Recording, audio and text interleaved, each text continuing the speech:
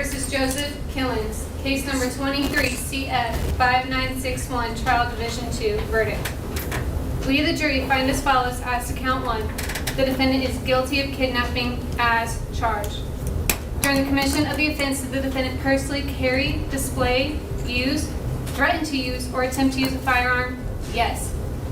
During the commission of the offense, did the defendant actually possess a firearm? Yes. We, the jury, find as follows as to count 2. The defendant is guilty of sexual battery with a deadly weapon as charged. At the time the sexual battery with a deadly weapon was committed, was the defendant 18 years of age or older? Yes. Did the penis of the defendant penetrate the mouth? Yes. During the commission of the offense, did the defendant use or threaten to use a deadly weapon? Yes. During the commission of the offense, did the defendant actually possess a firearm? Yes. We, the jury, finds as follows as to count 3. The defendant is guilty of robbery with a firearm as charged. During the commission of the offense, did the defendant personally carry, display, use, threaten to use, or attempt to use a firearm? Yes. During the commission of the offense, did the defendant actually possess a firearm? Yes. We, the jury, finds as follows as to count 4. The defendant is guilty of attempted first-degree premeditated murder as charged. During the commission of the offense, did the defendant personally carry, display, use, threaten to use, or attempt to use a firearm? Yes. During the commission of the offense, did the defendant actually possess a firearm? Yes. During the commission of the offense, did the defendant personally discharge a firearm? Yes.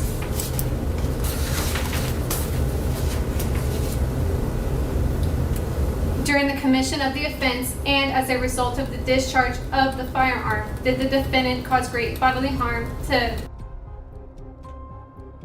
Yes. We, the jury, finds as follows as to count 5. The defendant is guilty of robbery as charged. So say we all, dated this 13th day of August 2026, signed by the foreperson of the jury. Let's use numbers. Jury number 4, is this your true and correct verdict? That's not the right jury. That's the number you had in the thing. Oh, yes. Jury number 6, is this your true and correct verdict? Yes. Jury number 12, is this your true and correct verdict? Yes. Jury number 15, is this your true and correct verdict? Yes. Jury number 17, is this your true and correct verdict? Yes. And jury number 25, is this your true and correct verdict? Yes. All right, so sit down, Mr. Kllins. Ladies and gentlemen of the jury, the defendant, Joseph Kllins, is a who robbed and terrorized, victimized 4 women between April 18th and April 19th of 2023. The evidence in this case comes in the form of videos and maps and several witnesses, and that can prove to be overwhelming.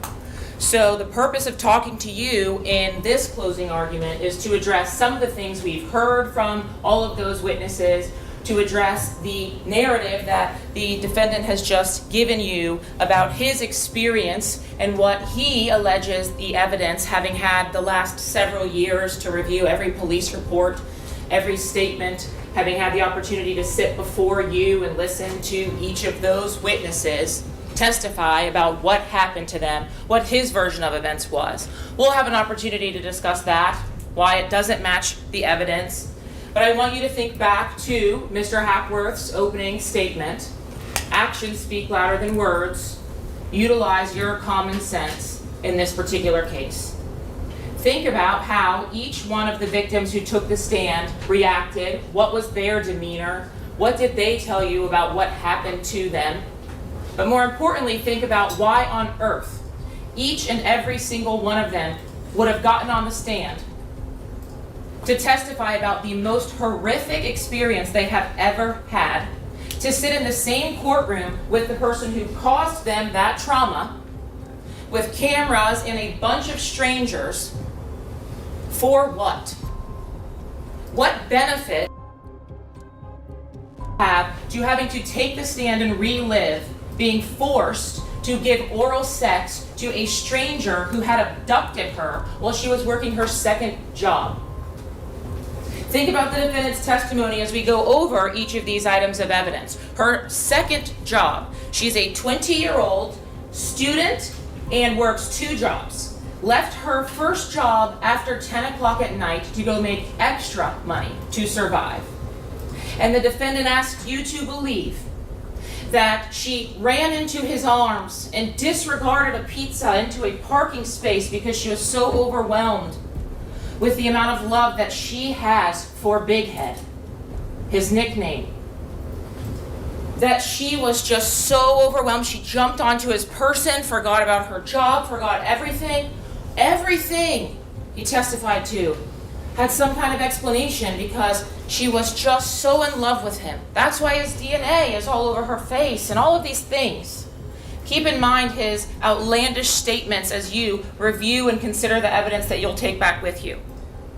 Keep in mind the courage that it took for each person to take the stand and testify about what happened to them, physically, mentally, and emotionally, because they came into contact with one person, Joseph Kllins, and how that affected and changed their lives forever. He got on this stand and provided a statement that was so unbelievable. But let's point to the facts so that I can assure you that there is no question about the statements that each and every single one of those women told you when they came into this courtroom. Because at the end of the day, during a traumatic event, your mind does not record memories like a video. Each and every single person that he victimized got in here and told you what they saw, what they witnessed from their vantage point when he did it. Your mind records and stores the memories of what you experienced in that moment. But remember that what the memories are that are stored are the facts that matter, because the facts that matter in this case did not change. They all were consistent with the evidence that was provided to you, with the exception of the defendant's statements. They all were consistent with what happened to them that night. And when we are about to go over the video evidence, and you'll actually see the timeline and have an opportunity to see the timestamps and the time frames from which you see the defendant on camera, and then the victims are having contact with law enforcement, there was no way anything other than the victim's statements of what occurred that night happened. There is no way that anything other than Joseph Kllins committing an abduction from that residence inn occurred. And Joseph Kllins forcing to drive around for 2 hours before taking her to that apartment complex occurred. Don't rehash the questions that were asked. Why didn't you throw yourself from the moving vehicle as he nodded off to sleep? That is not any of the options the judge just read to you on your verdict form as to whether the state has established that these acts occurred. Those are distractions. Same thing with, did you say in your deposition that he had little hair and beard and crazy eyes, or bald little hair? None of those elements of the crime. None of them. You had 4 individuals who, English is their second language, came in here and told you the same statements they told law enforcement 3 years ago. They provided through all of their testimony, through the physical evidence in this case, exactly what happened to them.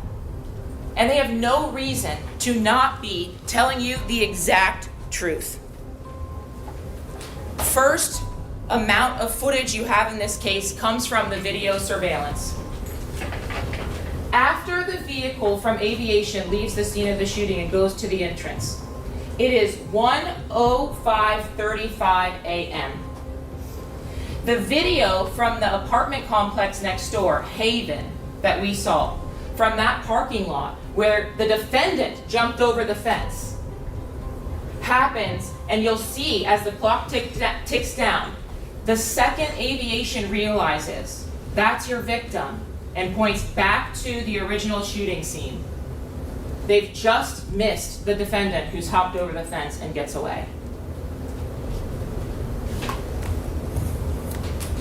The fence is the fence line between the two apartments. And the defendant testified that he ran through the buildings and ran away. He jumps over the fence. Although he also changed that and said that that's not him in the videos, that's fine, but this is the path of travel to the fence line where this video captures. The path of travel starts where the shooting occurs, where the defendant admits he was on the aviation video. And this video captures the defendant jumping over the fence at 1:05:30, just as the first victim is making contact with the officers at the front of the complex.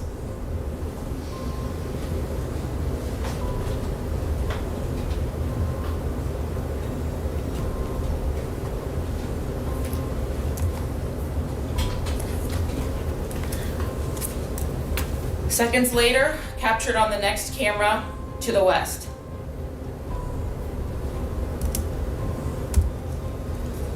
When he's captured on this camera, just as was pointed out when Detective Baranowski was actually, was actually on the stand, he looks up at the aviation.